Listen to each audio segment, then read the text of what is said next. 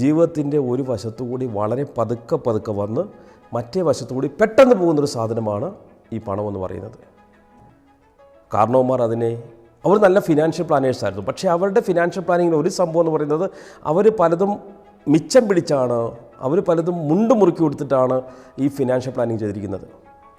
എന്നാൽ ഈ തലമുറയിൽ നമുക്ക് അത്രയ്ക്ക് ലോകം വേഗത കൂടിയപ്പോൾ നമുക്ക് ഈ സുഖസൗകര്യങ്ങൾ ആസ്വദിക്കുന്നതിനോടൊപ്പം തന്നെ സമ്പത്ത് മിച്ചമുണ്ടാക്കാൻ പറ്റണം. അങ്ങനത്തെ ഒരു ഫിനാൻഷ്യൽ പ്ലാനിങ്ങിനാണ് ഈ കാലഘട്ടത്തിൽ പ്രാധാന്യം. അപ്പോൾ അതെങ്ങനെ സാധ്യമാവും? ഞാൻ നേരത്തെ ഒരിക്കലും പറഞ്ഞിട്ടുണ്ട്, നമ്മൾ ഈ 5 കാറ്റഗറിയിലായിരിക്കും വരിക. ഒന്ന് ദരിദ്രർ,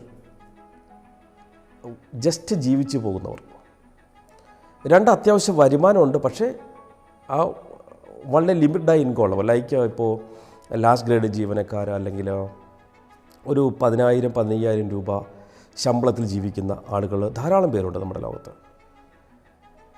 ഇനിയൊരു മിഡിൽ ക്ലാസ് ഉണ്ടാവും, ഗവൺമെൻറ് എംപ്ലോയീസ്, അല്ലെങ്കിൽ 25,000 മുതൽ 50,000, 60,000 രൂപ, 70,000 രൂപ ശമ്പളത്തിൽ ജീവിച്ചു പോകുന്ന ആൾക്കാരുണ്ടാവും. അല്ലെങ്കിൽ ചെറുകിട ബിസിനസ് ചെയ്യുന്നവരൊക്കെ ആ കാറ്റഗറിയിലാണ് വരിക, ഇടത്തരക്കാർന്ന കാറ്റഗറിയിലാണ് വരിക. സമ്പന്നരുണ്ടാവും, ലൈക്ക് മാസം ഒരു 1 ലക്ഷം, 2 ലക്ഷം, 5 ലക്ഷം ഒക്കെ വരുമാനം ഉണ്ടാകുന്ന ആൾക്കാരുണ്ടാവും. അതിസമ്പന്നരുണ്ടാവും. ഇപ്പോൾ നമ്മളിപ്പോൾ